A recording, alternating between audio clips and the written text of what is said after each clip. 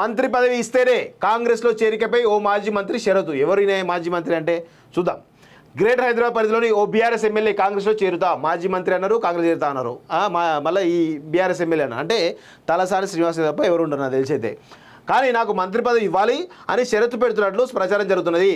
ఆ పదవి దక్కించుకునేందుకు ఇండియా కూటమికి చెందిన లీడర్ల ద్వారా ఢిల్లీలో లాబింగ్ చేసినట్టు తెలిసింది. ఇండియా కూటమి అంటే ఎవరు? అఖిలేష్ యాదవ్, ఎస్పీ ప్రెసిడెంట్ ఉన్నారుగా, సమాజ్వాదీ ప్రెసిడెంట్ ఉత్తరప్రదేశ్, ఆయనతోటే మంత్రాలు చేస్తున్నట్టు ఎప్పటి నుంచో మేము చెప్పిన వాళ్ళని కథనం కూడా చేయడం జరిగింది.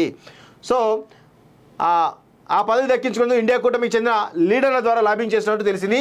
ఎమ్మెల్యేపై ఉన్న అవినీతి ఆరోపణల నేపథ్యంలో మంత్రి పదవి ఇవ్వడం వల్ల పార్టీకి, ప్రభుత్వానికి చెడ్డ పేరు వచ్చే ప్రమాదం ఉందని పీసీ అభ్యంతరం వ్యక్తం చేసినట్లు సమాచారం. సో ఆయన పైన దాదాపు 700 కోట్ల గొర్రెల స్కామ్ సంబంధించినటువంటి అవినీతి ఆరోపణలు ఆయన పైన, ఆయన కొడుకు పైన, కొంతమంది పైన బలంగా ఉన్నాయి.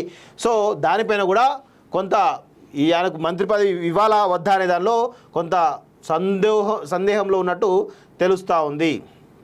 చూడండి, గ్రేటర్ హైదరాబాద్ పరిధిలోని ఓ బీఆర్ఎస్ ఎమ్మెల్యే కాంగ్రెస్లో చేరుతా, కానీ నాకు మంత్రి పదవి ఇవ్వాలని షరతు పెడుతున్నట్టు ప్రచారం జరుగుతున్నది.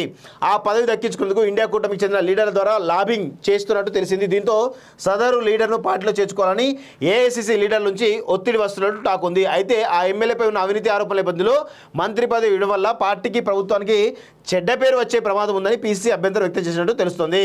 వెంటాడుతున్న అవినీతి ఆరోపణలు ఆ గులాబీ ఎమ్మెల్యేలను పార్టీలో చేర్చుకోవడానికి ఎలాంటి అభ్యంతరం లేదని, కానీ మంత్రి పదవి ఇవ్వడం వల్ల పార్టీకి, ప్రభుత్వానికి చెడ్డ పేరు వచ్చే ప్రమాదం ఉందని పీసీ హైకమాండ్కు ఓ రిపోర్ట్ పంపినట్లు సమాచారం. 10 ఏళ్ల బీఆర్ఎస్ పాలనలో సదరు ఎమ్మెల్యేపై వచ్చిన ఆరోపణలు, ప్రస్తుతం జరుగుతున్న విచారణ అందులో పేర్కొన్నట్టు తెలిసింది. పార్టీలో చేర్చుకోవడం వరకు ఎలాంటి ఇబ్బంది లేదని, కానీ మంత్రి పదవి ఇవ్వడం కష్టమని క్లారిటీ ఇచ్చినట్లు టాక్ ఉంది. మంత్రి పదవి కోసం తీవ్రమైనటువంటి పోటీ, నెల రోజులుగా లాబింగ్ అట.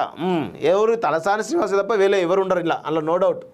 తలసాని శ్రీనివాస్ యాదవ్ మంత్రి పదవి కోసం చాలా తీవ్రమైనటువంటి కసరత్తు చేస్తున్నట్టు తెలుస్తోంది. హైదరాబాద్ కూడా ఇంకా చాలామంది ఉన్నారు. హైదరాబాద్లో చాలామంది ఏదైతే ఉన్నారో వాళ్ళందరూ కూడా పెద్ద ఎత్తున ప్రయత్నాలు చేస్తున్నట్టు తెలుస్తోంది.